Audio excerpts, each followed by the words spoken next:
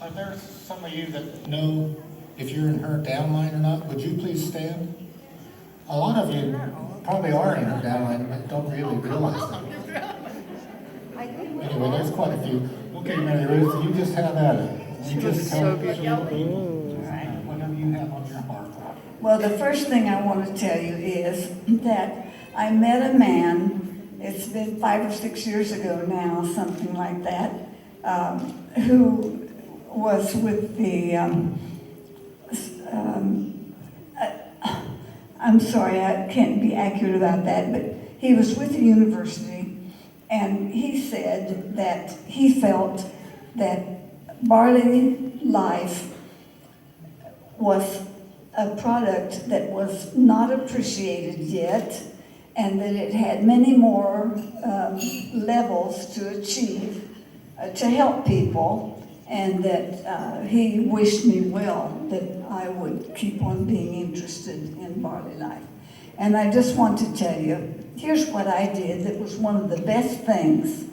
I gave 5 pastors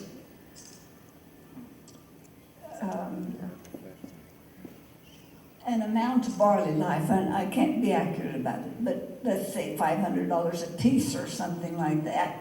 And they gave it to their congregation, people who were sick, and they started having healings reported in church, and that stimulated business, and it really did give my downline a push. So you can't outgive good, you know what I'm saying? Get to where you can let loose of your hands and bless somebody with something they couldn't do if you didn't bless them with it. So that's one thing I want to tell you. I want to interrupt myself and tell you, I would not be here tonight if it weren't for my full-time assistant, who is the daughter of Charlotte Bates, that I've lived with for 22 years. And would you stand up, Debbie, please, because I want to acknowledge your work. Thank you. Hi, Debbie. Now, where do we go from there? Back to giving it away. Anybody have a question? But you were telling us about how you give it away, give your barley green away, and it grows your business. I didn't quite hear you, honey. You said you had stopped yourself and interrupted yourself, and you were talking about how you had given away your barley life and that it's coming back, like, so you can bless more people. I'm still not getting it. You were commenting on how you were giving away barley. Yes. See, I think it was 5 pastors that I gave several $100s worth to each one. And they then began to give it to their congregations, and the people were getting well of all kinds of things, and they would give testimonies, and so that became a really increase in business by starting that with giving the pastor the Barley Life to give to his church members that were sick. So that's what I did that really has been successful.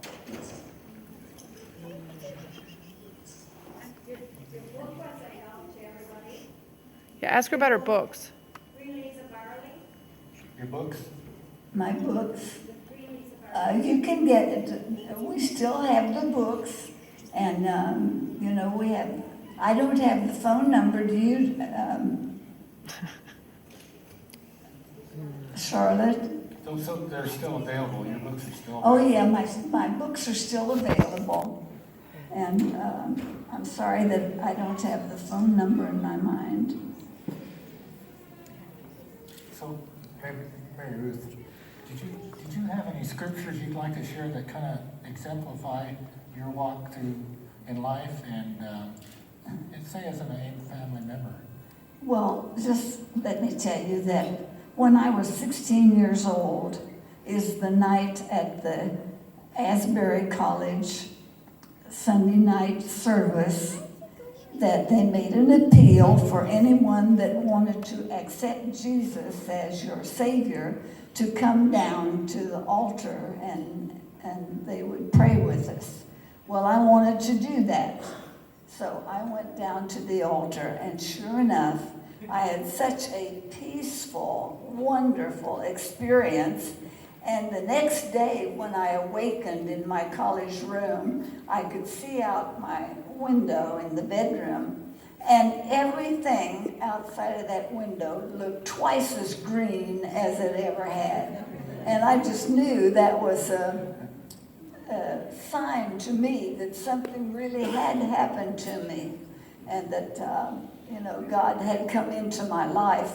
And I might tell you, I never wrote a book in my life that I didn't hear God say, I want you to write me a such and such book. Aye, aye, sir. And then they just come, I don't have to stress over it.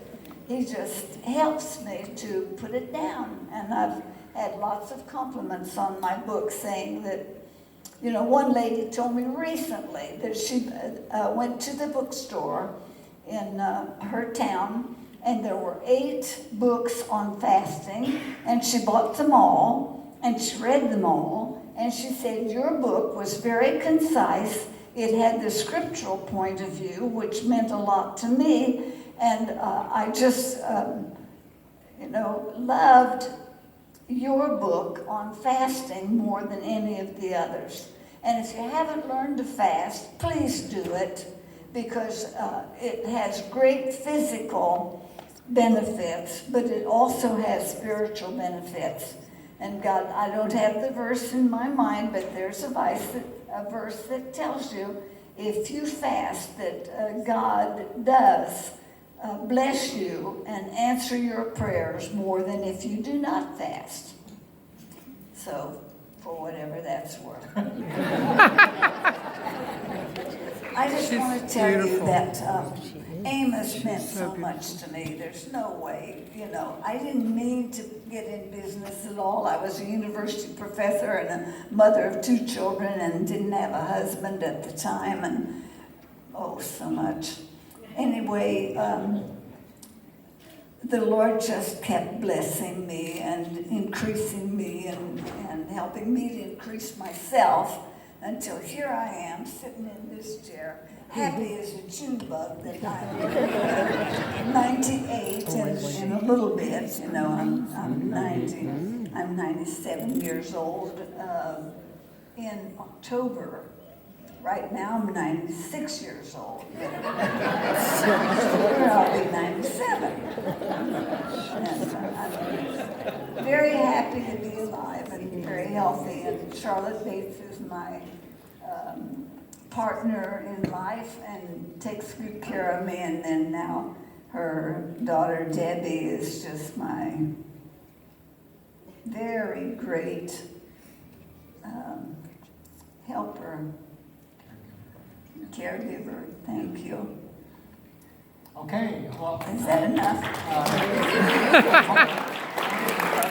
If you run out of subjects, Mary Ruth has graciously offered, she probably, will have enough strength to sit out in the foyer. And so if you have any personal questions to ask her, if she doesn't have the answers, I don't know who does, right? Well, I'm not sure that. If she doesn't know, she'll make one up.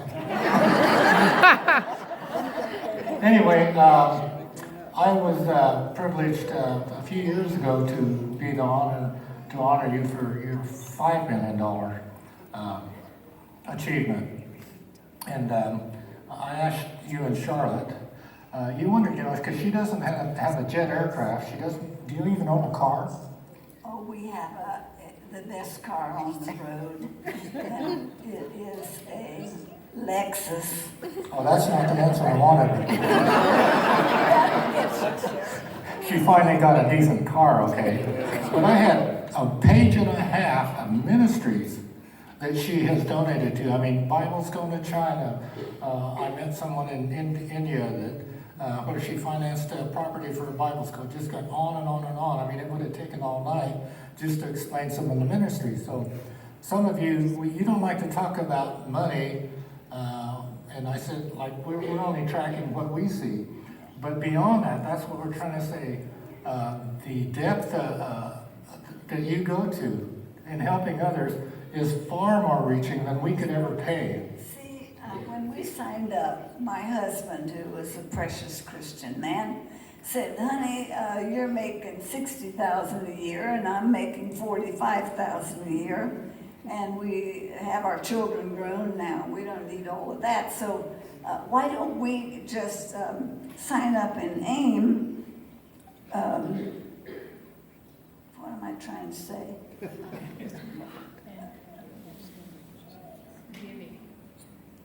We didn't take the money ourselves from AIM. We gave it to pastors, single people, widows, poor people, orphans, and ministries. So we have given it all away. We haven't spent a cent of it ever. Of all the $8 million that I earned, I have not spent it. I haven't had it in my hand even. Wow. So Wow. So even though you don't want it, if you don't want it for your own personal benefit, you know, we have ways we can forward the funds and everything. I'll never forget the first few months we were in business. Some of you may remember. Anyway, the first person we hired was Member Services. Kate, what was her name? Pat Willie. And she came into my office kind of giggling and laughing, and she said, Dennis, you won't believe what happened.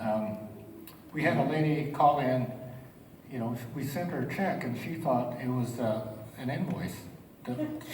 She was hotter than hops, you know, that I paid my barley like green. Don't be billing me. And so Pat says, well, ma'am, that's not an invoice, that's a check. Then she kind of got quiet and said, well, I didn't come into this business for make any money. Now I'm offended that you're paying me.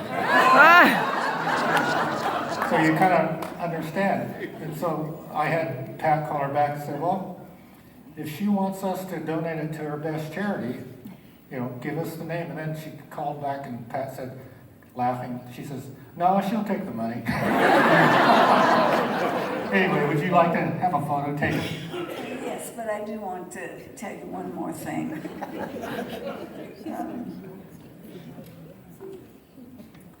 That's what happens to me. It just comes and goes, and I can't help it. So I guess I don't want to tell you another thing. Think how hard it would be to live with me.